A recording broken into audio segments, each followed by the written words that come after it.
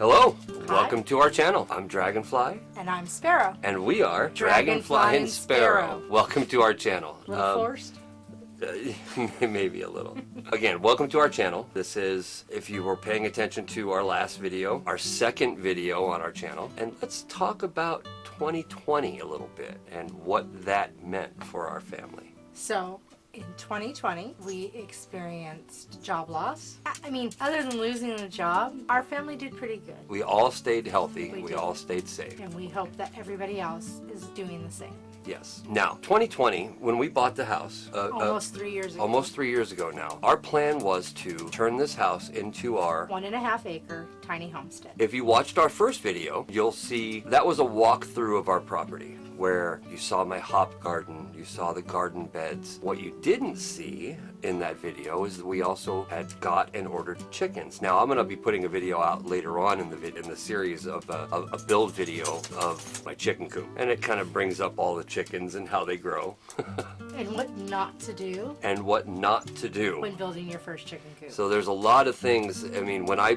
built it, I overcomplicate things, and she tells me this all the time, and I really did it on this one. It's a good design, and it works well. It was originally designed as a sled, Yep. as a chicken sled, but I wanted it to be safe from the local critters around here. So if you hear clicking in the background, we have dogs, and they are with us. So I apologize if you hear the clicking, but that's what you hear. So going back to 2020 and everything that we've done, our initial project and the initial part of this channel was to bring you along with the journey of the tiny homestead, building our garden, getting our chickens, raising our chickens, eventually getting goats, and we did all of that except for the goats. We didn't get to the goats. We got the pandemic instead. COVID hit, and things went a little Sideways?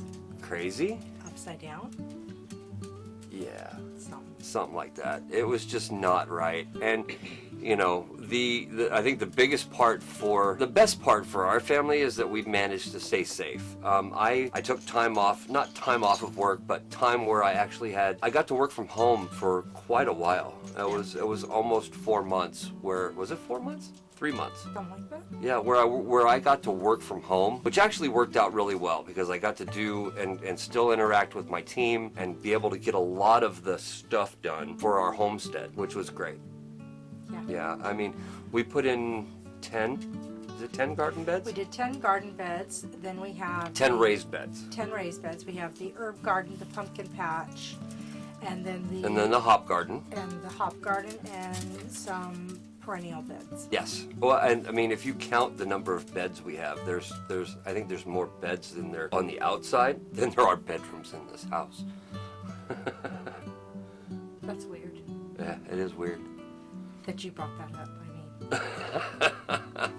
Yeah, no, it's she loves the flowers, and almost every single garden bed is an intentional garden bed. So there's a lot of things around the garden beds, whether they're medicinal, whether they're edible, or some of them were designed specifically to bring in pollinators. Yes. And our garden, we had a great harvest. That was another thing we wanted to do. We wanted to do bees. We did want to do bees, and that's the weird part about that is that we had talked about it. We priced out the apiaries, the different things that we would have to use, and then our neighbors, I love them. They're great, and they're nice people, but they came and they sprayed all of this chemical for mosquitoes and other pests, and it really kind of hampered our we were just afraid to bring bees into a situation where they would get killed. They could be compromised. Yeah, it was just not a good situation. And that was all of our original plan, to build up this tiny homestead. And then, as we mentioned, 2020 happened, the COVID happened, and a job loss happened, and it was just... And my father had an emergency open heart surgery. Yeah, which made us rethink a lot of how we were going to approach 2021 and what our future brought and how we were going to handle being able to help take care of your father. We have 3 kids. Older, much older, and they're helping and they're doing their part, which is great. And we'll kind of get more into that as we get further into the video. It really made us rethink what we were going to do going forward with our lives and into the future for not just 2021, but 2021 and beyond. That takes us to our new project. All of our friends and family are going to tell us we're crazy. Except for my dad. Except for her dad. That we are essentially going to sell everything. Sell the house. Most of our belongings and move all the way across country from New England. We are in Rhode Island into Arizona and buy a large, for us, a close to 40-acre property in Arizona. To build an earth bag house. We have done a lot of research on different, now this is where she's going to correct me because I always say it wrong, but sustainable or intentional living situation. Off-grid, where we're going off-grid, basically, and right? we're lightening our footprint. Yeah, lightening our carbon footprint. So, I mean, we're talking about earth bag house, solar. The really cool side of this is that her dad is a contractor. He has some health issues, but he has all of the tools and all of the means to be able to do things for us like septic well, which is, as we were researching all of the different things we wanted to do, I mean, we looked into container homes. We looked into building a yurt which was a top contender. That was the number. Actually, that was the number one for a while. Until I persuaded you for the earth bag. Yeah, I'm going to be honest. When she showed me the earth bag house, I'm like, no, this is not going to work. The yurt, and then we started researching the costs. That's where things got really interesting. And the sustainability. Yeah, and there are a couple of people online, and I'll put a couple of links down below in the description who have inspired us, and we'll put those links down below. But one of the key guys from California, I can't think of the guy's name, the earth bag houses they put them through seismic testing that would outlast and live longer than most of the structures in California, which is just crazy. And it really cuts down on lumber and other products, making it a more sustainable home and making my little hippie heart so happy. Yes. I mean, this is where it gets fun. So, having said all that and our project plans, we have to sell this house. Yes. There are a few things we need to do to be able to make it saleable. When we bought the house in 2018? I think so. It was 2018, I believe. October. It was October of 2018. We moved in. We moved in. We bought the house, and it was essentially to us brand new. Brand new carpet, brand new this, brand new that. It's kind of weird because as we walked in, and we knew the day we walked in that this was the house. Yes. And we had been shopping for almost a year. Yes. It's nothing fancy. It had more to do with the access to the woods, the hiking trails, and the actual land that the house is on. Yeah, we're on about a little over an acre and a half, and we have really good areas, if you will, to be able to grow things, to be able to put where I put the chicken coop. We have some really good opportunities, or had, as we talk about it now, opportunities to make this the little tiny homestead that we wanted to do in 2021. And then I'm sorry, 2020. 2018. And then we were building up. Yes. Most things got underway after the first year in the home. That's right. After the first year, we started making things happen for this tiny homestead. And then we had our COVID and things went crazy. Yeah. From there, what we'll do on this whole project journey is take you through what we have to do to sell this house. So we have some home improvement projects that we're going to be sharing, such as putting in a floating laminate flooring in the basement level of the home. And then upstairs, where it's our main living area, it's what they call a raised ranch in New England, which is unusual to anywhere else we've ever lived. So the upstairs area, which is our main living area, they have 3 different types of wood. So it's a really interesting situation. We have really dark cherry floors, maple cabinets, and honey pine trim around the windows and doors, and oak staircase. So we're going to kind of bring all of these elements together and make it a little bit more cohesive, and we'll take you along all of those projects with us. Yes. And once the house finally sells, we believe with the way the market is today and what we owe on the house, we'll have enough equity built up in the house that we can do our project going forward the way we want to be able to purchase our land in Arizona, Start the earth bag home. start the earth bag home. Our initial plan, there's a couple of different ways that we're going to do this. It's either going to be we're going to buy an RV here and drive across country and live in the RV on the land that we purchase. Yeah.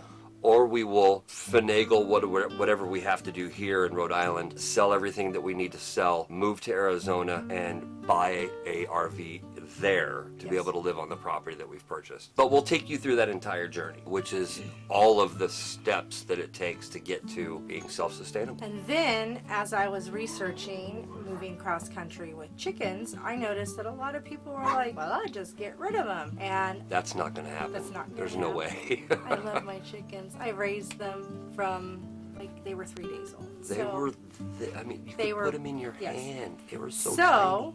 We will be sharing with you how to Moving move chickens. 10 beautiful Australorps from Rhode Island to Arizona. So they're going to Yes. they're going to be some cross-country chicks. There will be cross-country chick videos.